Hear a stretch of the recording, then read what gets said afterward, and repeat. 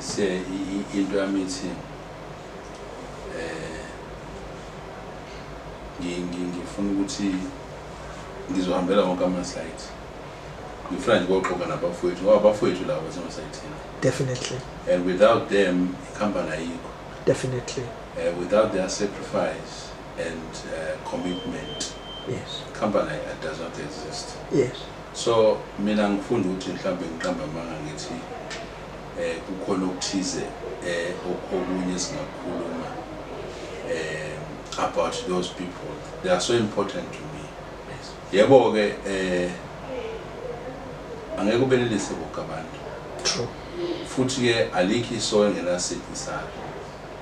Uma ngabe ngisho njalo nje ngithi kukhona nami la engahambi kahle khona futhi engenzi kahle khona.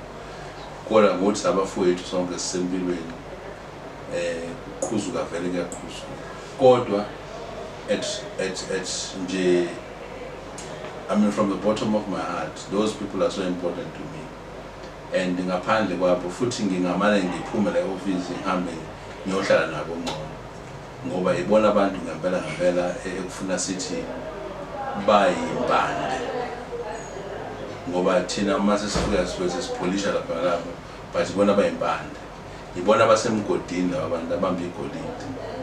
You know, so ke engakusho ukubona ukuthi they must know ukuthi enhlizweni yami ngithi uncane kakhulu mhlawumbe umuntu akwazi ukwenza. Kodwa with the hope and nokusebenza kanzima ngokomqondo kuningi esifisa ukubona beachieve. So this year angifuna ukuthembisa into kodwa this year ngibekufuna nje ukuthi umuntu akalokhuze nje kube khona kwenzayo ukubhekelela nje into ukuthola nje okuningi ngabo. You understand? Yes. So ilapho inhloso yami. Yeah, baba. Mhlawumbe baba, just the last one nje. Ubaba ukuthi ubaba ukhuluma into eziningi profound, and I feel like they need to be probed a bit.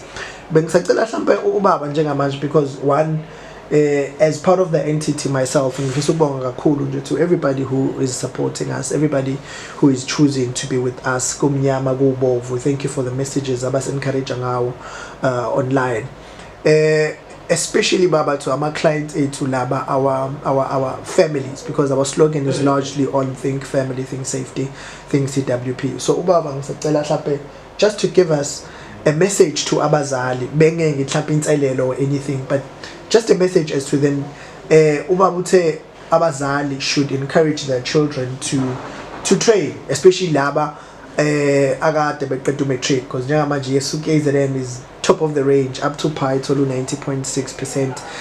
But iqiniso lithi ke kubona bonke futhi abazoya into institutions of higher learning. So as a father to many, with ourselves included, sicela mhlawumbe baba kakhulume nje mhlawumbe nobaba bekhaya mabengekho understanding i-situation yama families ethu, but please speak to abazali who might do something especially for their kids. I think first ikubonge lokho ukuthi ingane zethu zenze kahle. Yes. Siye matric. But every time mangifunda noma ngibuka i-achievement eziwa izingane zethu in terms of academics, ngeke ngibe novalo ukuthi kambe lezi ngane zizophela kuphi. Do we have hope of employment yabo? The answer is the answer is no. Kodwa ke engifuna ukusho ukuthi abazali abeke ba relax imiqondo yabo. Ngisho ukuthi isisho sabazi amabhizinisi bathi if you take care of sense, the rands will take care of themselves. So if ingane yakho uzoyiqalisa estepsini os-affordayo njengamanje, izofika estepsini obungasi-afford sasa.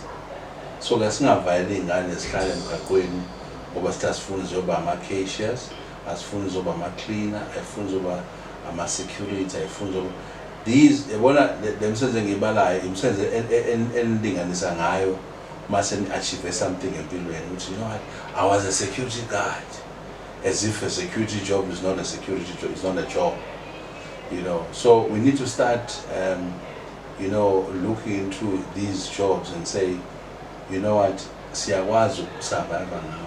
Kunomuntu onomuzi onengane nje manje udokotela kade uclean, yabo, kade ewukesha, omunye umama nje usebenza eBuildit ngiyamazi la eBuildit nje la kaMabulala eMaritzburg. Ingane yakhe ummeli today, not just a lawyer, an advocate. You understand? Ngangimeliwe kwi-graduation. So ngikhuluma nge-example ekhona, graduate, you know, from umama osebenza phi esitolo, ushayithile esitolo. So into engifuna ukuyisho ukuthi le misebenzi le ethatha nje kancane, ngoba phela into ezisimsebenzi sisancane ngoba vele indlela thina sikhuluma ngayo. Mina okumsebenzi kancane, abantu abangaziyo noma ngifika kuphi, I interact with everybody ngendlela equal. Akusho ukuthi wena nguSibiya blah blah blah blah sengizothatha umuntu ngimbukele phansi. No, mina I joke and I talk. Ngaphandle mase umuntu esebheda nakhona futhi ngiyakwazi ukumbusa endleleni yakhe. Kodwa nje engifuna ukuthi ngiqinisekise kubazali ey'ngane ey'qedile esikoleni kodwa abanawo amandla ukuthi ziqhubeke, abangayihlalisa emakhaya ingane, akube khona ezikwenzayo.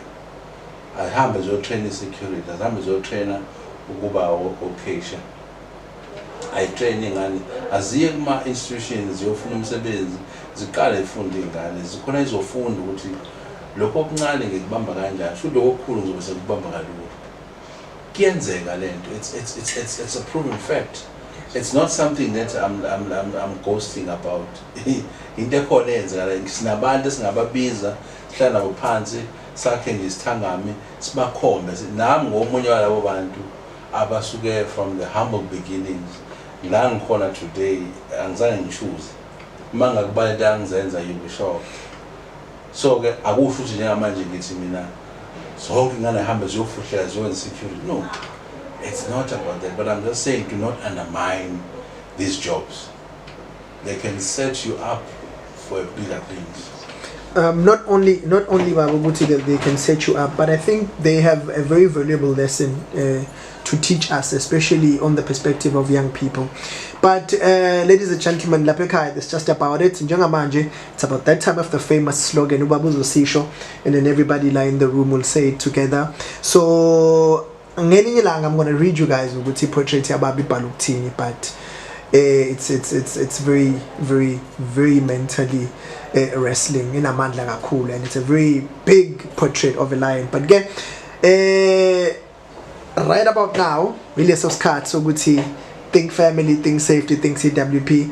Ngiyazi lapho baniyibuka ngizobe senishon ndawonye, but ubaba njengamanje will lead us into the end of this shoot ngokuthi ashe slogan, and then everybody in the room so bese ke sisho leso slogan esinamandla. So I don't know whether baba should count you in or at your pleasure, but the floor is yours baba to say the slogan, and then mhlawumbe ngelinye ilanga ubaba wayichaza islogan ukuthi sasithini in our formal setting of the podcast. Mhlawumbe ngibajela abantu we've got a formal setting here podcast, but today sithe asike nje sixoxa nobaba office lakhe while he's busy with ezinye zezinto. So njengamanje it's about that time.